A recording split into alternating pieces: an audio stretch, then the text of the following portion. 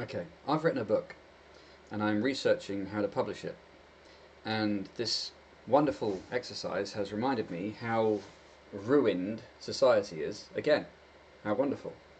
I'm looking on YouTube for instructional videos as to how to use Kindle Create to assemble my manuscript ready for publishing on Amazon.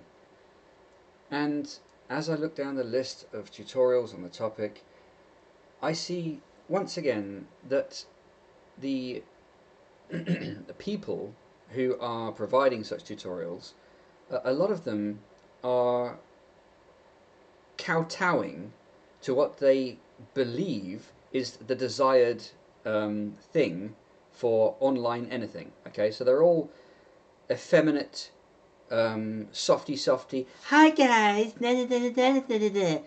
trying to please everyone, kind of people, and it's disgusting. It's disgusting watching a man, or a male, demean himself in that way, trying to fit some mold which is artificial and fake. And I can't even watch such videos. I just bypass them. The moment this guy goes, whatever they say, the tone is this submissive, supplicant, begging, it's just disgusting. And the thing is, women will are not that bothered. They'll listen to a masculine, authoritative guy, or they'll listen to a soft, emasculated, weakling. They're not really that bothered. But for a man, I'm telling you, a man will never enjoy listening to some emasculated wimp telling him anything. And this is the problem with feminism, okay? The idea was to destroy men's position in society and to, well, amongst other things. But what it's done is it's made this artificial, disgusting situation whereby people think they have to kowtow or supplicate to this belief that's around that everyone has to be a soft, gentle, appeasing person. Ooh. And it's not true. It's not real. It's fake. It's make believe. So every time I'm trying to look up information on what to do, I mean, it's bad enough using YouTube as it is, but every time I see someone presenting a video on there, not every time, but a lot of the time, you get these supplicative wimps who are presenting themselves in a way that they think they have to be perceived, in a way that they think will please women or something, or not offend anyone, and it's disgusting. And a woman will look at that and she won't be that offended by it, but a woman, I would suggest, is happier to hear an authoritative, strong male who sounds like he has backbone and intelligence for himself, who knows where he stands and who is definite about what he's talking about. She doesn't want to hear some person going, because she could get that from a woman. Now she's not going to be up in arms about it, but she'll just observe that male that she's listening to and think, oh, okay, well, he's just a wimp, but I'll listen to what he has to say, and it's the same as if I was listening to a woman.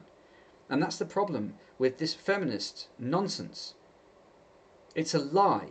The idea that people have to be these supplicating, pleasing people is nonsense. That's not reality. It's a fake, fluffy cloud of nonsense. Now, women won't complain about it. They'll observe it, and it might sicken them a little bit when they see a male do that, but they're not going to complain about it because it's not really their nature to do so. But from a man's perspective, it disgusts him and appalls him to see a male, a supposed man, do that to himself. Do that to himself. As opposed to, or as in the sense of he's demeaning himself for a perceived need, which isn't really there.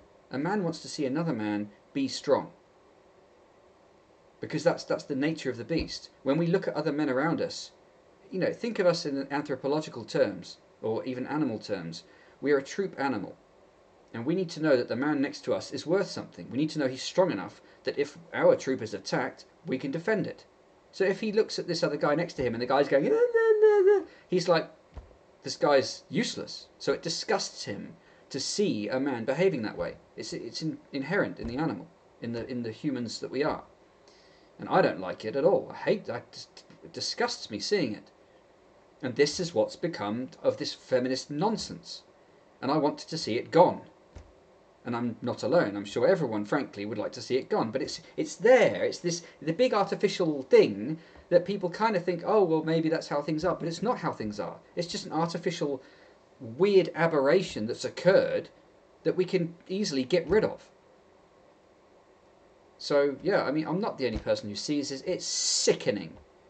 It's absolutely sickening to see this. And it's being pushed.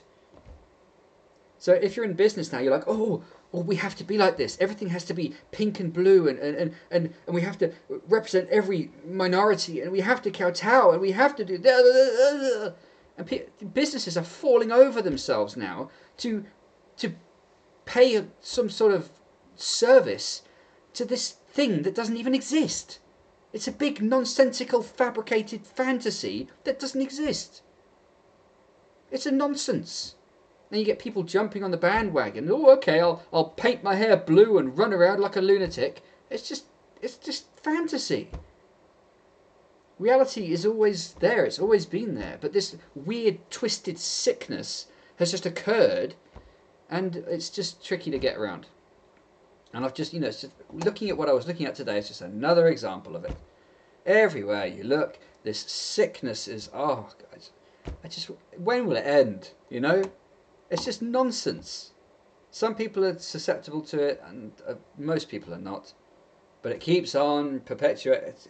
Eventually, it'll just run out of steam and disappear, and we'll be like, "Oh yeah, remember that thing?"